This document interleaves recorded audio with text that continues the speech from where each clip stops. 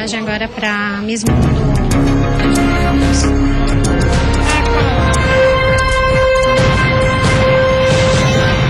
O programa hoje, nessa terça-feira, a gente não tem programa e na quarta também não, mas na quinta a gente volta novamente. E a gente já começa falando, né, que hoje praticamente é o último dia do outono, com temperaturas negativas. Em Urupema, o termômetro marcou -5 graus, em Lages e São Joaquim, as temperaturas marcaram -2. Você está vendo imagens aí, lembrando que hoje, a partir das 7 horas da noite, que começa o inverno. Mas o inverno, na verdade, já começou, né? Na verdade, o inverno já começou, porque essas temperaturas mostram exatamente que nós estamos tendo o inverno brasileiro, que vai até setembro. A previsão será de dias gelados e chuvas frequentes. Mas vamos confirmar com a meteorologista, a Marilene de Lima. Olá, Marilene, boa tarde, tudo bem? Boa tarde, Nadia, tudo bem. E começando oficialmente para os astrônomos, né, o inverno, porque do jeito que vinham as temperaturas, o inverno já começou faz tempo, né? Boa tarde para você mais uma vez. Boa tarde a todos. Olha, então hoje, de tardezinha, já de noite aí, por causa aí da astronomia mesmo, né, em que a gente tem a noite até começando mais cedo, aí por volta das 6 da tarde, o sol já começa a se pôr, né?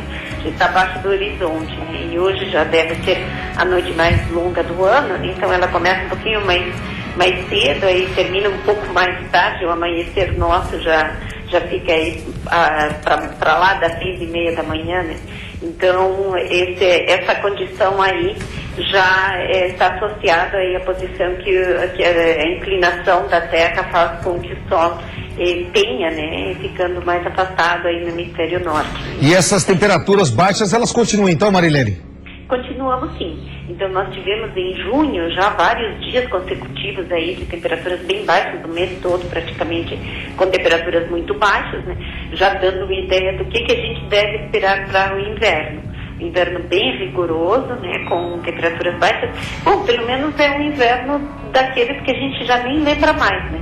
Já tem uns 2, 3 anos que a gente tem passado por invernos que não foram de temperaturas tão baixas, dias consecutivos com temperaturas baixas, e não é o que deve se esperar nesse ano de 2016. Nós devemos esperar um inverno que deve ter pelo menos umas 5 ondas de frio, né? Ou seja, 4, 5 dias consecutivos com temperaturas bem baixas. Então isso aí a gente já teve uma amostra agora em junho, né, e deve continuar assim. Tá certo, então. Marilene, obrigado pela sua participação conosco. Uma ótima tarde, um ótimo início de semana para você. Muito obrigado, você, pessoal que está assistindo também. Obrigado, boa tarde. E olha, uma tragédia em família na região oeste de Santa Catarina. Uma casa foi consumida pelas chamas neste final de semana, matando mãe e filha. Uma adolescente também acabou ficando ferida nesse incêndio. Coloca no ar. O incêndio aconteceu na madrugada deste domingo em Xaxim, no oeste catarinense. 2 mulheres e uma criança estavam na casa no momento do acidente. Mãe e filha, de 18 e 3 anos de idade, morreram. Outra jovem de 16 anos também ficou ferida. A adolescente teve queimaduras de 1º e 2º graus nas costas. Foi atendida pelos bombeiros e encaminhada ao hospital da cidade. O fogo consumiu a residência no bairro Santa Terezinha por volta das 3 horas da manhã. Depois de contidas as chamas, o Instituto Geral de Perícias e o Corpo de Bombeiros vistoriaram o local. As causas do acidente ainda estão sendo apuradas. E olha, a conta de luz atrasada da Ponte de Laguna, no sul do estado, já chega a R$162 mil. O grande problema é que ainda não há uma decisão sobre quem deve ser o responsável pelo pagamento. E a discussão continua. Vamos ver. O valor atrasado é do período de setembro de 2015 a maio deste ano. Nos 2 primeiros meses depois da inauguração da ponte, o custo com a iluminação foi pago pela empreiteira responsável. Depois, uma decisão da Justiça determinou que o pagamento fosse feito pela Prefeitura de Laguna. Porém, a administração municipal argumentou que nunca foi consultada sobre a obra e não teria responsabilidade com o custo e recorreu na Justiça. Já o Departamento Nacional de Infraestrutura de Transporte informou que não teria como pagar a conta de energia elétrica em rodovias federais. O órgão alega que não arrecada e assim não teria como cobrir este custo. Por decisão judicial, a Celesc mantém o local iluminado. O risco de a ponte ficar às escuras vai além dos acidentes de trânsito. Sem a sinalização dos mastros centrais, há também a possibilidade de acidentes aéreos, além de possíveis roubos de equipamentos da ponte. Que discussão que promete ser longa. Agora a pergunta que se faz é, quando se construiu a ponte, já não se sabia disso? Esperou-se que a ponte ficasse pronta, a iluminação fosse colocada, para vir à tona essa discussão? Tiveram 10 anos ou mais para discutir isso a partir do momento em que o projeto foi aprovado. Fora o período em que ficou se discutindo se seria construída essa ponte ou não ali na região do canal em Laguna, no sul do estado. Agora, depois que a ponte foi construída, depois de um longo período, é que veio à tona essa discussão. Como muitas outras, né? Infelizmente, que só se discute depois de feito. É o que nós vamos falar daqui a pouco sobre essa questão que envolve os beach clubs aqui em Jurerê Internacional e em muitos outros locais. Construções irregulares construídas em áreas de proteção ambiental e que o Ministério Público Federal entrou com diversas ações e essa de Jurerê Internacional vem repercutindo em todo o país, porque agora, dia 30, é o prazo para a demolição dessas áreas.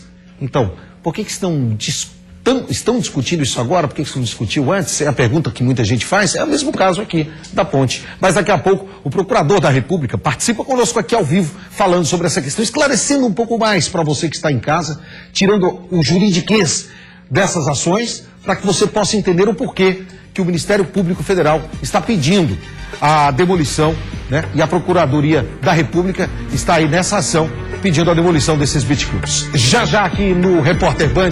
Mas agora deixa eu dar um recado para você que mora em Biguaçu, em São José. Você que tem aí na sua casa, na gaveta, guardada no armário, ou tem aí na sua casa joias, relógios que são heranças ou até mesmo alianças, pulseiras de ouro que você não usa mais, que não te trazem boas recordações. Que tal passar aqui, ó, no Sandro Joalheiro? Você vai ver, ele vai fazer aquela joia e vai pegar aquele ouro ou aquela joia que você não usa mais e vai transformá-la e vai deixá-la para que você possa lembrar dela e trazer bons momentos à sua vida. Então você que é de Biguaçu, principalmente em São José, não conhece o Sandro Joalheiro? Fica ali na Praça Central de Biguaçu. Sabe a Praça Central de Biguaçu, na Pedro José de Azevedo, número 34? Ali do lado fica o Sandro Joalheiro. E não é só joias não, hein? Relógio também. Sabe aquele relógio que você não usa mais? Relógio de herança, relógio que você ganhou do seu avô, do seu pai, relógio que você ganhou da sua esposa, da noiva, da namorada. O relógio parou, não sabe o que fazer? Então passa lá no Sandro Joalheiro que ele vai dar um jeito. Sandro, meu irmão, meu amigo, tô sempre lá com ele tomando um café. E vá você também conhecer o Sandro Joalheiro e faça aquele orçamento na sua joia ou no seu relógio. Principalmente se você tem uma joia que não usa mais. Ele vai fazer o seu pedido tornar realidade. Se você tem um sonho de ter um pingente, uma corrente, um anel, uma pulseira ou uma aliança trabalhada, então passa agora mesmo no Sandro Joalheiro, em Biguaçu, bem na Praça Central, na rua Pedro José de Azevedo, número 34. Liga pro Sandro, o telefone tá aí na tela para você anotar, 8409-2676. Sandro Joalheiro, ele cuida tão bem do seu relógio quanto das suas joias em Biguaçu, São José e toda a grande Florianópolis. E olha, há 2 meses a Secretaria de Saúde não repassa a verba para a unidade que fica em Biguaçu. Foram mais de 40 leitos que foram fechados. Não, mais de 40 leitos foram fechados e 38 funcionários acabaram demitidos do hospital. O hospital que foi construído agora. Vamos ver. Em funcionamento há menos de 1 ano, o hospital já enfrenta dificuldades financeiras. A entidade filantrópica que administra a unidade de saúde está readequando os atendimentos e deve dispensar funcionários. Atualmente, os 136 profissionais do hospital atendem 2.000 consultas e 2.000 exames por mês, além de cerca de 100 cirurgias eletivas mensais.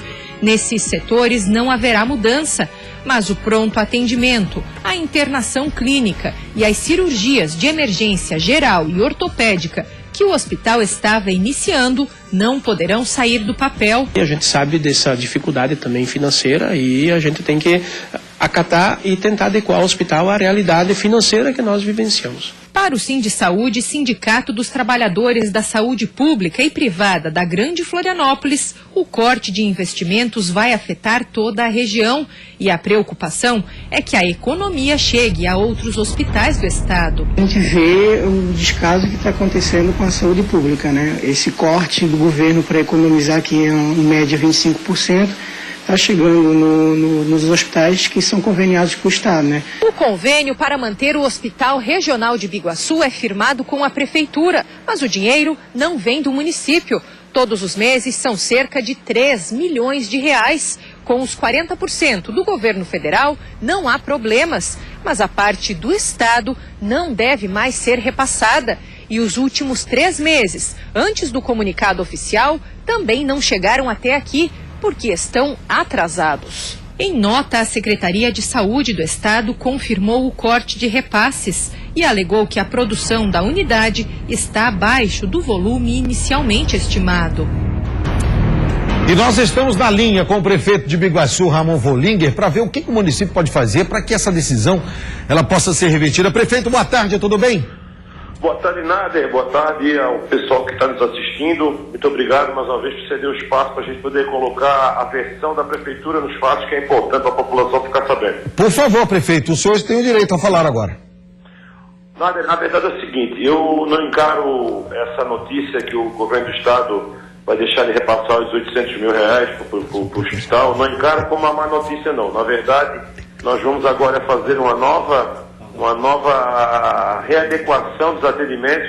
O Hospital de Biguaçu vai atender apenas os biguaçuenses, a população da comarca de Biguaçu. Ou seja, nós agora vamos focar nas cirurgias eletivas, nas demandas reprimidas da nossa cidade. Então, nós iremos aumentar de 100 para 300 cirurgias por mês.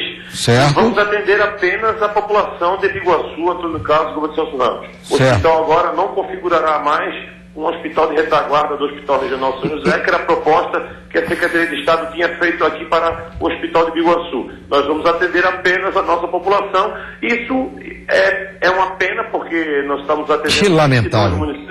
Nós estamos atendendo 22 municípios aqui da região, Canelinha, São João Batista, Paulo Lopes.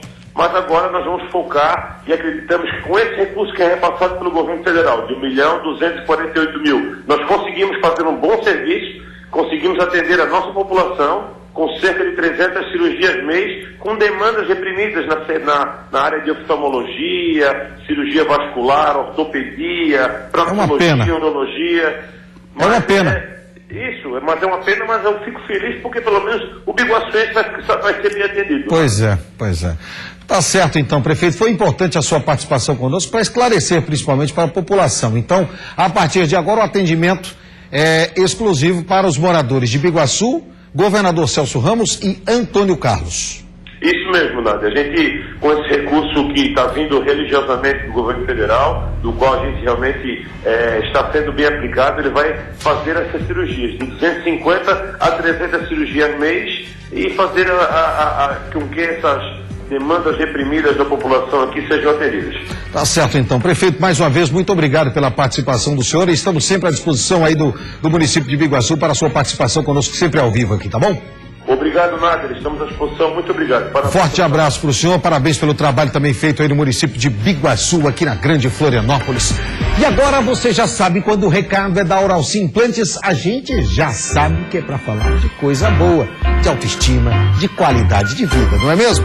E hoje eu venho aqui em nome do meu amigo e o meu dentista, o Dr. Luiz, parabenizar e agradecer a todos que participaram do último sábado, do Dia D. Foi mais um grande sucesso, porque a Oralci, muitos sonhos foram realizados e são realizados através do tratamento com implantes dentários. A Oralci é isso, mais de 12 anos escrevendo uma belíssima história, ajudando as pessoas a sorrir com orgulho, conforto e segurança. E eu recomendo a Oralci porque, além dos melhores profissionais, ela oferece um atendimento humanizado com carinho e respeito que você tanto merece. Marcou já a sua avaliação? Ainda não? Está esperando o quê? Aproveite o mês dos implantes na Oralci. Ligue agora, 3304-2400. Você vai se surpreender. 3304-2400. Oralci, a sua referência em implantes dentários. E a seguir, polêmica sobre as demolições dos beach clubs em Jurerê Internacional. Daqui a pouco, o procurador da República, Dr. João Marques Brandão Neto, participa ao vivo conosco aqui nos estúdios, explicando um pouco mais para você o porquê dessas demolições, o porquê desse pedido, por que isso deve acontecer. O Repórter Band volta rapidinho, em 1 minuto, com mais informações.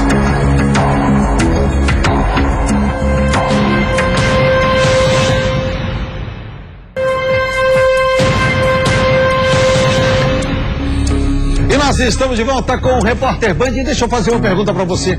Você sabia que a área administrativa das empresas é que paga os melhores salários? Então prepare-se para o mercado de trabalho, e preparar é fundamental, não é isso? Por isso que o SEBRAC, a administração de curso, desenvolve capacidade empreendedora e dando a você a possibilidade de você hoje se enquadrar no mercado de trabalho. A gente sabe que hoje mais de 12 milhões de pessoas estão desempregadas porque faltam a qualificação profissional. E quanta gente que ainda nem se inseriu no mercado de trabalho por falta de uma qualificação profissional. Então venha você também fazer parte da família do SEBRAC. Você que tem filhos entre 15 e 18 anos, que ainda não tem um curso profissionalizante, inscreva ele agora mesmo no SEBRAC 3206-6788. Você vai ver, além de fazer cursos profissionalizantes, o SEBRAC ainda pode indicar ele para o mercado de trabalho. O primeiro emprego, sabe aquelas parcerias que existem com empresas dos menores aprendizes? Então, o SEBRAC faz parte disso. Então, ligue agora mesmo, 3206-6788. E se você trabalha hoje, está trabalhando insatisfeito, faça a sua inscrição no SEBRAC e quem sabe você não faz. Se você é atendente, que tal virar um especialista em farmácia? Se você trabalha em serviços gerais, que tal trabalhar como auxiliar administrativo? O SEBRAC está com uma super promoção imbatível. Cursos com até 50% de desconto. Parcelas com até 50% de desconto. Então ligue agora mesmo. 3206-6788 e faça já a sua matrícula no SEBRAC. O SEBRAC dá essa grande oportunidade para você melhorar a sua vida. SEBRAC atendendo você e a sua família. O SEBRAC pode fazer tudo isso por você. Então ligue agora para o SEBRAC, faça agora mesmo a sua inscrição e melhore a sua qualidade de vida. SEBRAC, cursos espalhados em todo o país. SEBRAC, qualidade no ensino, garantia de futuro para você, para os seus filhos e para a sua família. E olha, polêmica nas demolições dos beach clubs. No final deste mês, existe uma determinação que pede a demolição de 5 beach clubs em Jurerê Internacional. Para explicar um pouco dessa polêmica e dessas discussões, nós convidamos o procurador da República, Dr. João Marques Brandão Neto, para participar conosco aqui nos estúdios, e ele já está aqui conosco. Estávamos conversando anteriormente, antes do início do programa, aqui no Facebook, explicando para as pessoas um pouco dessa ação. Para quem não estava nos acompanhando, o doutor já está aqui com a gente. Doutor, boa tarde, obrigado pela sua visita. Boa tarde, nós é que agradecemos essa oportunidade de prestarmos conta do nosso trabalho aos contribuintes, que afinal é a quem nós devemos satisfação. Muita gente perguntando, doutor, por que dessas ações agora, depois de tanto tempo, já que esses clubes se consolidaram, foram construídos, e muitos defendem que já foram feitas até compensações ambientais de alguns problemas ambientais que possam ter sido causados. Essa ação começou em 2007 ou 2008 por iniciativa da Associação dos Moradores de Jurerê Internacional, a AGIM, e a Associação dos Moradores da Praia do Forte. Como ações ambientais têm a praxe do Ministério Público entrar como custos legis, ou fiscal da lei, o Ministério Público passou a atuar inicialmente como fiscal da lei. Num dado momento, como a Associação da Praia do Forte não compareceu mais ao processo, o Ministério Público passou a funcionar também como um dos autores da ação. Então, o princípio dessa ação se deve à Associação de Moradores do Bairro.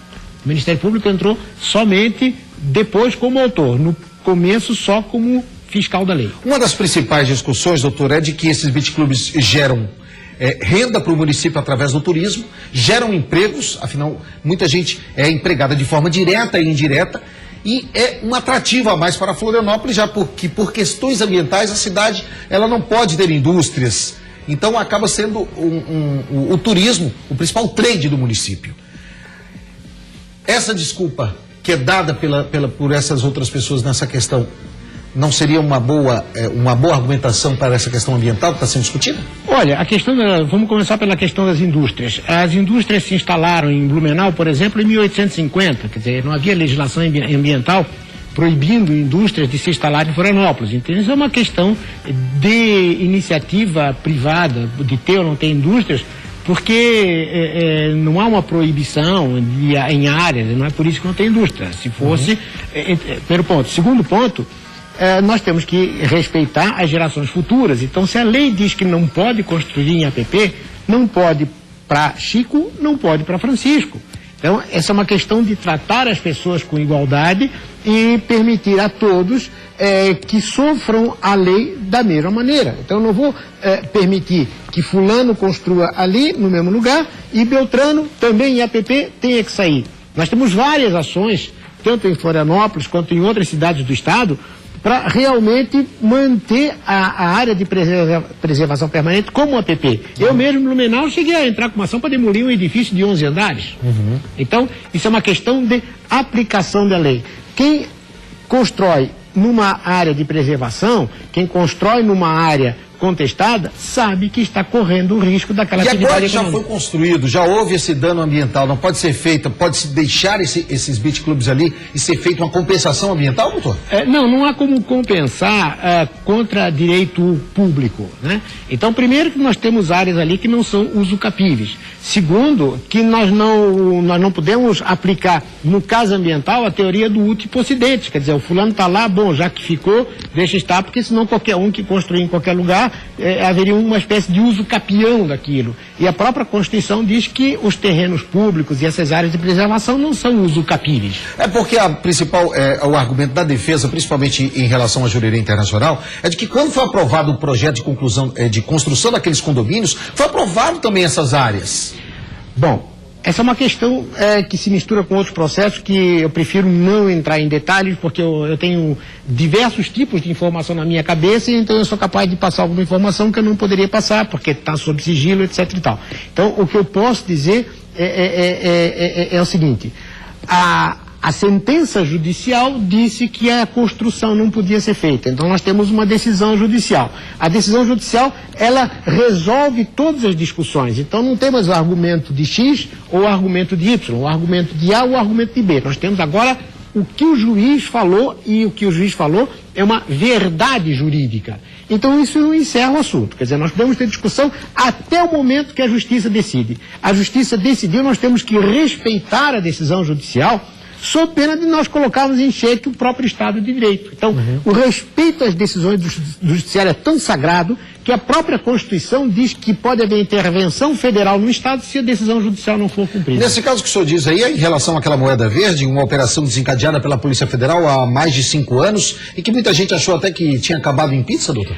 Não, a moeda verde continua tramitando, ela está em fase de final de citação dos acusados, tal, mas ali tem muita coisa em sigilo, muita coisa em segredo de justiça.